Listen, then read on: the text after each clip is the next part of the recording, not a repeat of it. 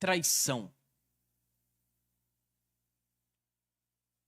No exato dia em que Jesus celebra a Páscoa, a última Páscoa que ele celebra com os discípulos e institui a ceia, nessa noite, Jesus ele foi traído.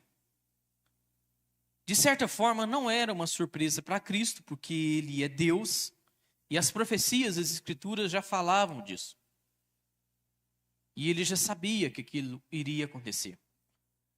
Mas nós podemos ver no texto que mesmo essa presciência, esse pré-conhecimento de Cristo, não o isentou da dor da traição.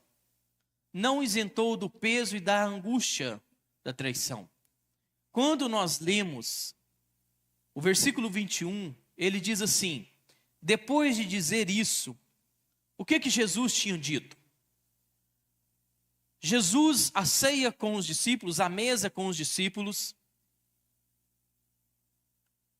se levantou, foi até o canto do cenáculo, tirou a sua roupa, amarrou uma toalha, se cingiu com a toalha, amarrou a toalha. Aquela toalha era a toalha de um escravo. Pegou uma bacia, pegou uma jarra de água, encheu, veio até os discípulos e começou a lavar os pés dos discípulos, um por um. Um por um.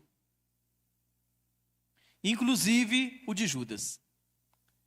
Eu fico imaginando, fico pensando a cena de Jesus lavando os pés de Judas. Lavando os pés de todos os discípulos, tendo uma encrencazinha com Pedro.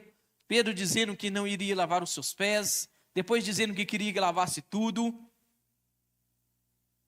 E Jesus se abaixando, se inclinando para lavar os pés do traidor, daquele que iria o trair. Eu fico imaginando se Judas conseguiu olhar nos olhos de Cristo. Eu fico imaginando se Judas conseguiu olhar para a face de Deus, para os olhos de Deus, já sabendo que ele tinha um plano todo, já estava tudo planejado, já estava tudo arrumado para a traição. Uma traição não acontece no estalar de dedos. Ela é pensada, ela é preparada, ela é mastigada. Judas é uma pessoa de total confiança dos discípulos. João mostra para nós que ele ficava com a bolsa, ele era o tesoureiro. As ofertas que entravam, as ofertas que eles traziam para Jesus, porque Jesus, até os 30 anos, ele foi carpinteiro. Até os 30 anos ele foi carpinteiro. Quando chegou o tempo do seu ministério, ele fechou a carpintaria e ingressou agora na sua vida, na sua missão. E ele começou a ser sustentado pelas pessoas, principalmente por mulheres. Várias mulheres sustentavam o ministério de Cristo com ofertas. E mulheres até mesmo de autoridades. Mulheres de procuradores, mulheres, sabe, que sustentavam ali a transmissão de Jesus. E elas sustentavam através de ofertas. E essas ofertas, Jesus deixou um homem responsável por elas. E era Judas Iscariotes. E João revela para nós, não revela quando ele começou a fazer isso, mas revela para nós que ele colocava a mão na sacola e tirava. Isso já mostra muita coisa para nós. Isso já mostra para nós que a traição, ela não começou de uma maneira direta ali no dia da ceia, mas ela já começou há um bom tempo. Ele já está traindo há muito tempo. Talvez a primeira coisa que ele pegou foi uma moedinha pequenininha. Talvez a primeira coisa que ele pegou foi lá um saco de farinha, talvez que Jesus ganhou como oferta, um alimento que Jesus talvez ganhou como oferta, e foi lá e deu uma tirada e fez um caixa 2 e tirou para ele. E tirou para ele. A confiança nele era tanta, que os discípulos entenderam, sabe, que Jesus estava falando para eles assim, não, vai lá e compra o que está faltando para a festa, vai lá e compra o que está faltando para nós. E isso foi o que os discípulos olharam e entenderam que Jesus estava conversando com ele. E naquele instante, que ele pega o bocado de pão, que ele pega o pedaço de pão, Satanás entra no coração dele. E Jesus vira para ele e fala assim: o que tu tiver de fazer, faz agora, rápido. E é nesse instante que os discípulos, olhando para ele, e interpretam que Jesus estava mandando ele sair para comprar alguma coisa. Mas não era nada disso. Nós estamos caminhando para o desfecho da história. Nós estamos caminhando para o final. O peso de uma traição. O peso de uma traição. Irmãos, nós muitas vezes deixamos de valorizar certas coisas como devem ser valorizadas. Eu estava lendo alguns artigos. E um escritor que, inclusive, eu recomendo todo homem comprar alguns livros desse escritor, que é o Douglas Wilson. Eu já comprei alguns livros aqui, dei de presente, sobre o Douglas Wilson. Sabe, é nele que eu tiro boa parte da matéria para trabalhar com os homens. Né? Marido federal, marido pactual, namoro, sabe? É um escritor americano, reformado, né? E muito conceituado, e realmente o material dele é muito bom. E ele escreveu um artigo que eu achei interessantíssimo. Nem foi livro, foi um artigo interessantíssimo. Um estudo feito pela Ordem dos Psicólogos Americanos apontou que o nível de dor, de decepção, de dor, de consequência, de trauma. Olha só para os irmãos verem. Que um casal de namorado sofre quando há traição, é muito comparado, ou se não é igual, ao nível de dor e de fracasso e de trauma de um divórcio. Principalmente na sociedade em que nós vivemos. Aonde o relacionamento íntimo, ele começa já nos primeiros dias. Não há uma espera. Esse envolvimento, quando há, mesmo não tendo uma aliança, quando há uma quebra de confiança, quando há uma traição, o nível de dor e o nível de trauma que pode gerar é o mesmo de um divórcio. E nós não olhamos as coisas com essa seriedade. Porque muitas vezes nós pensamos, não, traição restringe só, casou, aí, né? Irmãos, nós vivemos traições, nós vemos pessoas serem traídas em diversas áreas da vida. Às vezes ele é traído por um colega de trabalho. Às vezes ele é traído, sabe, no ambiente do trabalho. Às vezes ele é traído por um parente. Às vezes ele é traído por um nível de confiança que ele colocou em alguém. Às vezes ele é traído por um filho. Quantas pessoas, quantas mães eu já atendi que tinham um dinheirinho no banco, e aí elas foram lá ver como que estava o dinheirinho no banco, e o dinheirinho tinha sumido. E aí, foi fazer uma investigação, pediram fotocópias lá no banco lá, sabe quem fez o saque? O filho. Sabe quem sacou o dinheiro? O filho. Eu já vi filhos falsificar assinatura em contratos, né? Falsifica a assinatura do pai e da mãe para pegar empréstimo no banco. Fez a perícia grafotécnica lá. De quem era a assinatura? Do filho. Isso é uma traição. Só Deus sabe o que passa dentro do coração de uma mãe e de um pai que passa por isso. Jesus plenamente Deus, plenamente homem, mostra para nós, o texto mostra para nós que Jesus ficou angustiado. Vendo Judas ali. Mesmo sabendo que aquilo iria acontecer, isso não isentou o Senhor do peso e das consequências da dor da traição. Mesmo sabendo que as Escrituras falavam que isso iria acontecer. O Salmo de número 41 diz assim: até o meu melhor amigo, em quem eu confiava e que partilhava do meu pão, voltou-se contra mim. Jesus revela o traidor. E quando Jesus revela o traidor, imaginem a atmosfera do lugar mudar. Porque o primeiro ato, a primeira cena, Jesus está lavando os pés do discípulo. E depois Jesus termina falando assim: agora eu dei o exemplo para vocês, vocês têm que lavar os pés uns dos outros. É isso que Jesus fala. E depois de falar isso, o clima muda, a atmosfera muda. Judas está ali. O traidor está ali. Chegou o momento da traição. É como se uma nuvem negra. Tanto é que João, ele termina essa parte do capítulo falando isso. E era noite.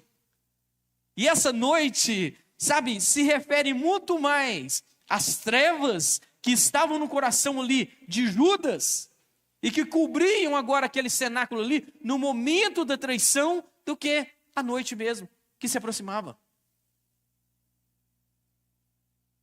No dia em que o Senhor parte o pão e derrama o cálice, no dia em que ele faz um pacto eterno de sangue com nós, ele é traído. Ele é traído nesse dia, exatamente nesse dia, nesse momento.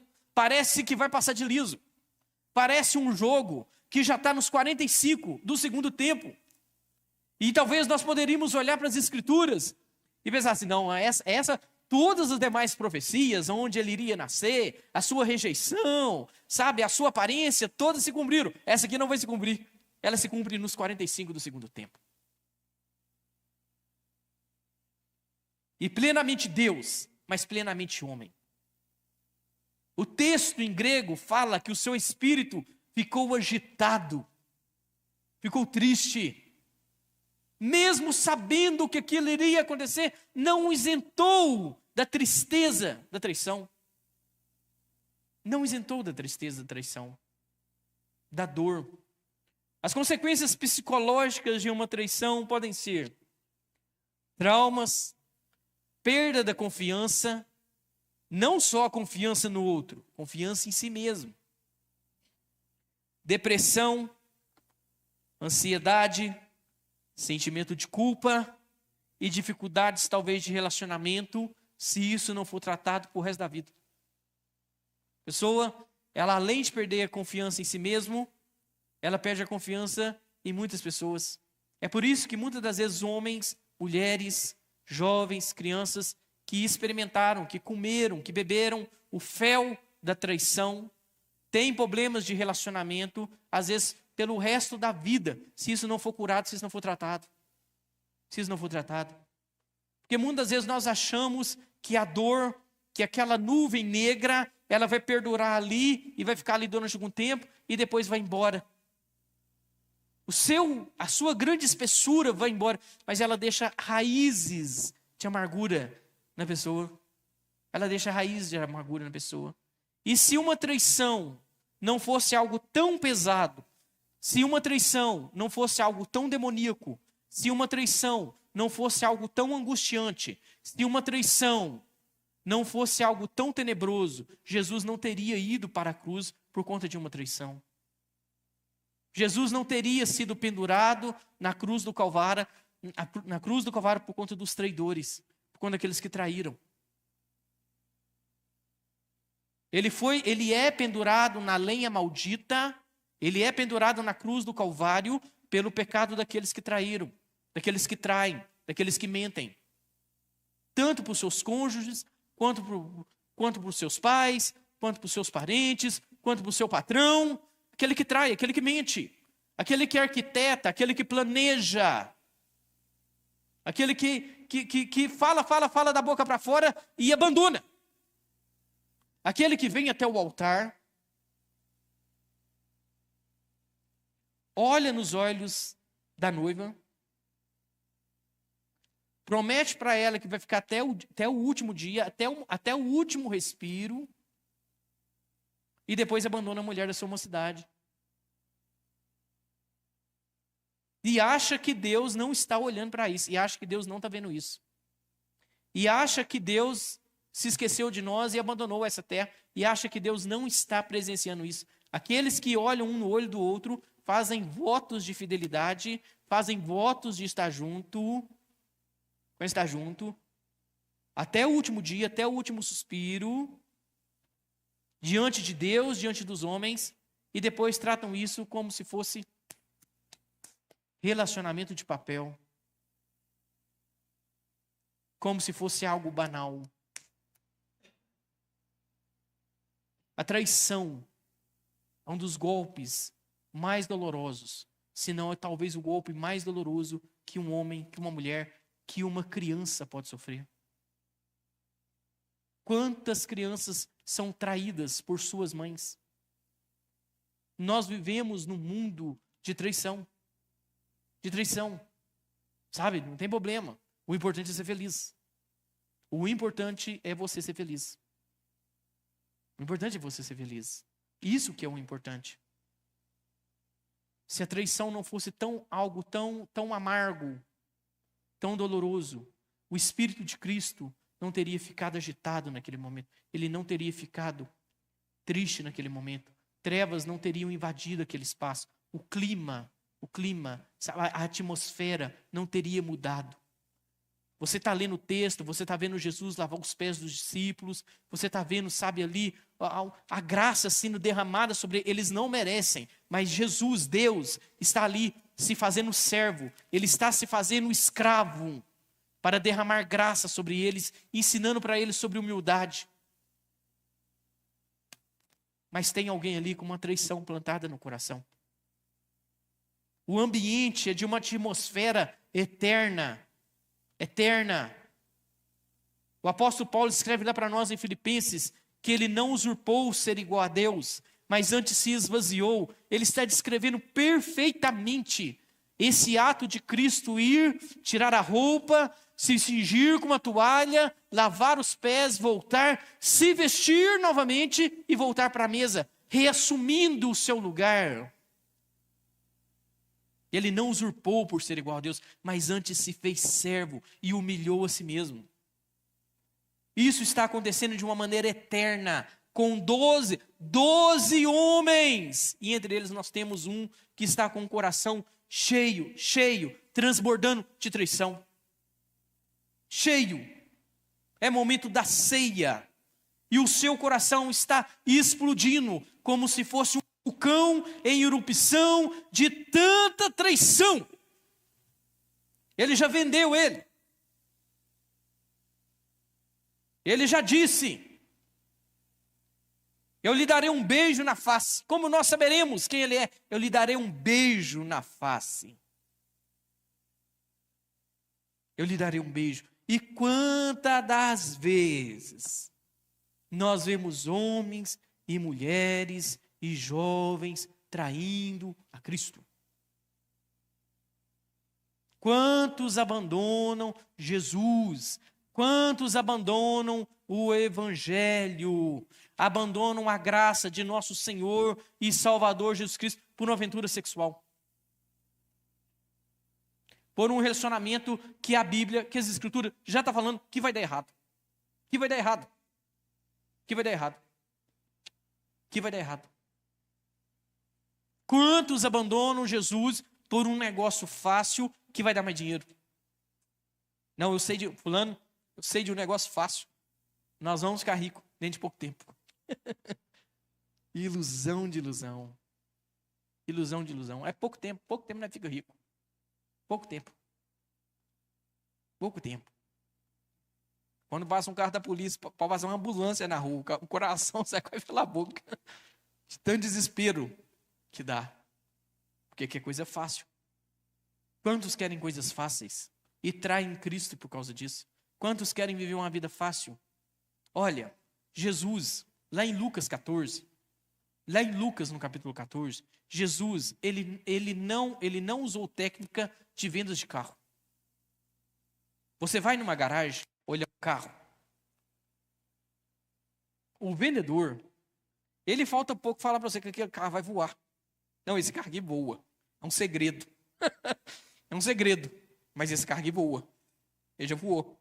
Ele faz tantas promessas, sabe, que você pensa assim: puxa vida, eu estou comprando o melhor carro de todos os tempos.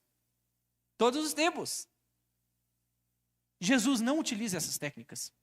Quando Jesus, lá em Lucas capítulo 14, ele fala para a multidão, ele diz abertamente, ele fala publicamente de uma maneira que todos que uma criança entende. Aquele que não abandonar pai e mãe por minha causa, não é digno de mim. Não é digno de mim. É simples, é objetivo, é um nível de entrega que você nunca se entregou a ninguém ou a nada. Talvez você possa ser apaixonado e se entregou a uma arte e amou aquela arte. A maneira de você se entregar a Cristo vai ser muito mais profunda. Não pode haver nada maior do que Cristo na sua vida. Não pode ter nenhum prazer, nenhum desejo maior do que Jesus na sua vida. Não pode. Não pode. Isto Jesus deixou claro e simples para nós. E para Judas, há algo mais prazeroso do que ver. Para Judas, há algo mais prazeroso do que ver Jesus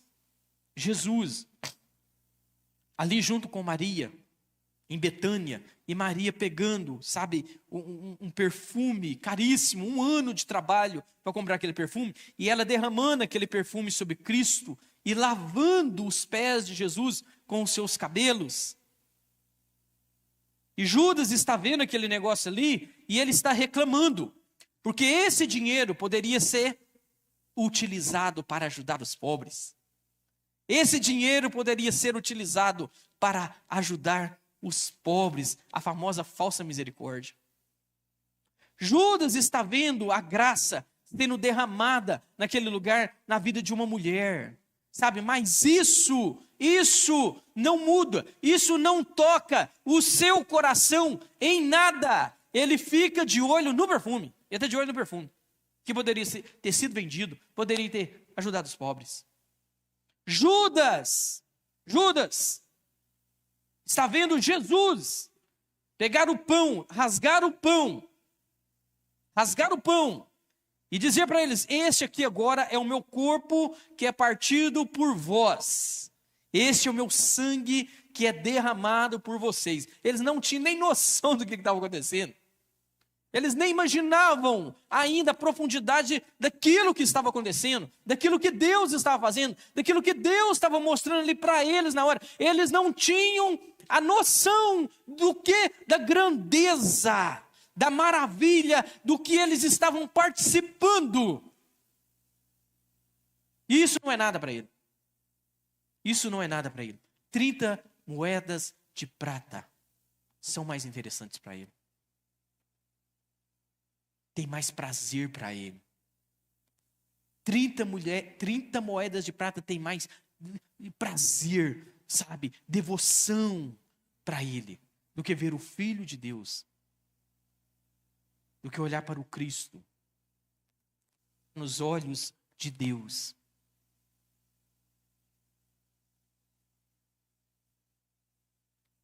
Quem é você? Quem é você hoje? Hoje nós vamos participar do pão e do cálice do Senhor. A ceia é o momento em que nós temos que nos autoexaminar. Não examinar o outro, é você. Você vai se autoexaminar. Você vai fazer um exame de você mesmo, das suas motivações, do seu coração. O que desperta você, o que desperta um verdadeiro prazer em você? Você tem prazer na palavra do Senhor, na presença, na busca pelo Espírito Santo? Ou tem algo que tem mais prazer para você? A questão não é eliminar os outros prazeres que são santos e que o Senhor nos dá. A questão é o que te dá mais prazer. Chama a sua atenção. Que chama, eu já falei isso aqui. Quando nós falarmos aqui Cruzeiro, quando nós falarmos aqui Galo, quando nós falarmos aqui Jesus, quando que seu coração pulsa mais forte? Quando nós gritamos o nome de um time, quando nós gritamos o nome de um político? Quando que o seu coração bate mais forte? Quando que ele pulsa mais forte? Quando nós falamos o nome de um presidente? Quando nós falamos o nome de um prefeito, de um vereador? Quando que ele pulsa mais forte? Quando nós falamos o nome de uma empresa? Quando nós falamos o nome de uma marca, o que pulsa, o que faz o seu coração pulsar mais forte? Te dá esperança. Você respira fundo. Tu olha para a eternidade. Sabe que tudo aqui vai passar, tudo vai passar. E sobrará, restará só o amor. E esse amor é Cristo Jesus. Ele é o Senhor. O que fomenta, o que faz o seu coração explodir? O que faz o seu coração bater mais forte? Quem é você na mesa do Senhor? Quem é você na mesa do Senhor hoje? Quem é você na mesa do Senhor? Porque a palavra do Senhor nos diz.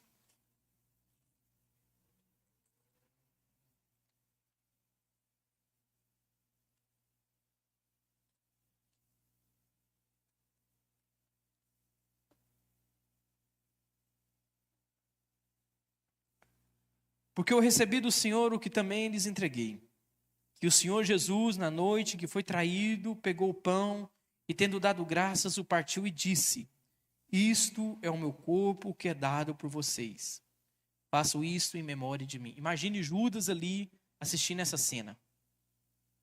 Do mesmo modo, depois da ceia, pegou também o cálice, dizendo: este cálice é a nova aliança no meu sangue. Façam isso todas as vezes que beberem em memória de mim. Porque todas as vezes que comer este pão e beber este cálice, vocês anunciam a morte do Senhor até que Ele venha. Por isso, aquele que comer o pão ou beber o cálice indignamente será réu do corpo e do sangue do Senhor. Que cada um examine a si mesmo, e assim coma do pão e beba do cálice. Pois quem come e bebe sem discernir, sem saber o que é o corpo de Cristo, a unidade da igreja, o elo dessa igreja que é o Espírito Santo. Quem come e bebe sem discernir o corpo, come e bebe juízo para si. Por isso, há entre vocês muitos fracos e doentes, e não poucos os que dormem. Porque se julgássemos a nós mesmos, não seríamos julgados. Mas quando julgados, somos disciplinados pelo Senhor para não sermos condenados com o mundo. Quem é você na mesa do Senhor? Hoje é dia de você se autoexaminar. Hoje é dia de você, Deus, olhar para mim mesmo. Nós temos nos entregado por inteiro. Nós temos sido discípulos mesmos do Senhor, que tem pegado a palavra e colocado no coração, ou nós vivemos uma vida, sabe, de Judas. Lá em Efésios capítulo 6, que é o que nós estamos tratando esses dias, nas quartas-feiras, a primeira coisa que o apóstolo Paulo fala assim, ó, cingindo os lombos com a verdade. Sabe o que os demônios querem fazer com as pessoas hoje? Os irmãos mesmo, de dentro da igreja. Não estou falando de fora, estou falando dos cristãos mesmo. Sabe o que os demônios querem fazer? Que você viva uma vida de mentira. Cingir os lombos com a verdade é viver uma vida autêntica diante do Senhor. Você é crente aqui, você é cristão aqui, você adora o Senhor aqui, mas você adora lá na sua casa, com todas as suas dificuldades, com todas as lutas que você enfrenta, com todas as tentações que vêm durante o dia, mas você permanece firme. Você busca o Senhor. Você busca o Senhor, cingindo os lombos com a verdade. Quantos nós vivemos uma geração de mentira, um século de mentira. Já é triste, como é triste uma pessoa que não tem chamado pastoral, um homem que não tem chamado pastoral, assumir uma igreja. E é uma tristeza. Mas sabe o que é uma tristeza maior mesmo? Quando você vê lobos assumindo púlpitos, quando você vê homens com vida dupla assumindo púlpitos, quando você vê homens que têm uma vida de mentira, que não cingiram o lombo de verdade, eles vivem uma vida dupla e eles assumem púlpitos. Isso são demônios, isso são manifestações demoníacas para levar as pessoas a um falso evangelho, a uma falsa consolação. A vida é assim mesmo. A vida é difícil assim mesmo, mas Deus vai te abençoar, Deus vai te abençoar. Não, o Senhor abençoa, muda a sua vida. Se arrependa dos seus pecados. Deixe de ser uma treva dentro de casa. Trata a sua esposa direito. Sabe, não, deixe de ser um bruto dentro de casa e trate a sua esposa com respeito. Ame ela como Cristo amou a igreja. Sabe, irmãos, Pedro escreve sobre esse assunto falando assim, que as nossas orações serão interrompidas. Aqueles que não honram, os homens que não honram as suas esposas, Pedro deixa claríssimo para nós, lá no capítulo 3, que as suas orações não serão respondidas. Você pode morrer de orar, você pode desidratar de tanto chorar. Se você não honrar a sua esposa, o Senhor não ouve a sua oração. Por que você não deixa ser uma treva dentro de casa? É dessas formas que nós traímos o Senhor. É dessas formas que nós nos esquecemos do pão e do cálice. Fazei memória de mim, lembre-se de mim. Aí nós esquecemos. Sabe quando nós esquecemos? Quando nós não cumprimos a palavra do Senhor. Eu queria convidar você que vai participar da ceia a ficar de pé.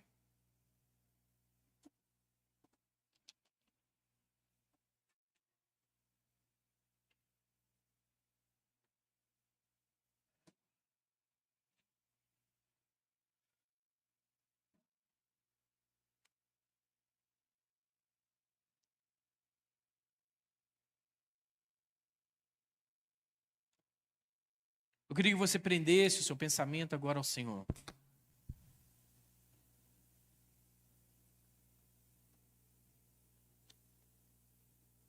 Nenhum de nós aqui somos dignos de participar da ceia. Por nós mesmos.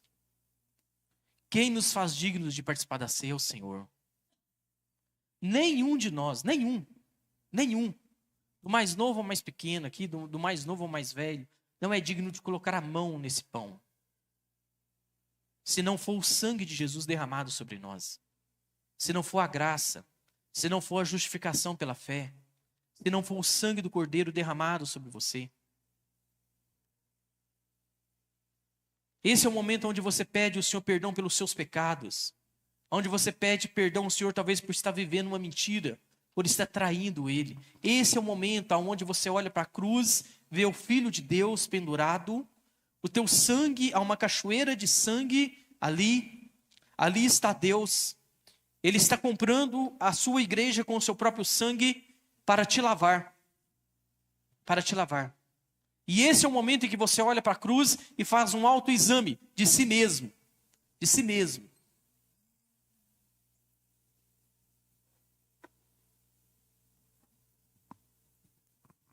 Mas eu recebi do Senhor o que também lhes entreguei.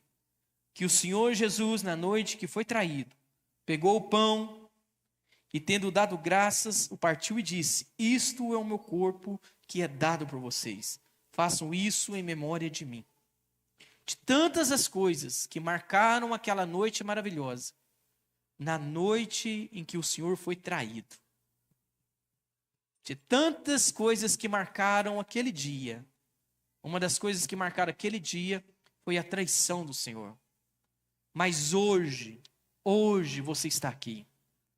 E hoje você tem a oportunidade de entregar o seu coração e a sua vida para Jesus. E hoje você tem a oportunidade de arrepender dos seus pecados e pedir ao Senhor perdão pelos seus pecados.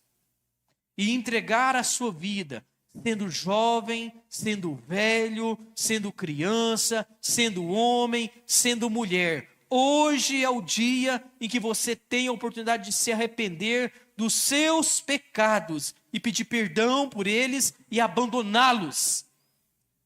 E abandoná-los.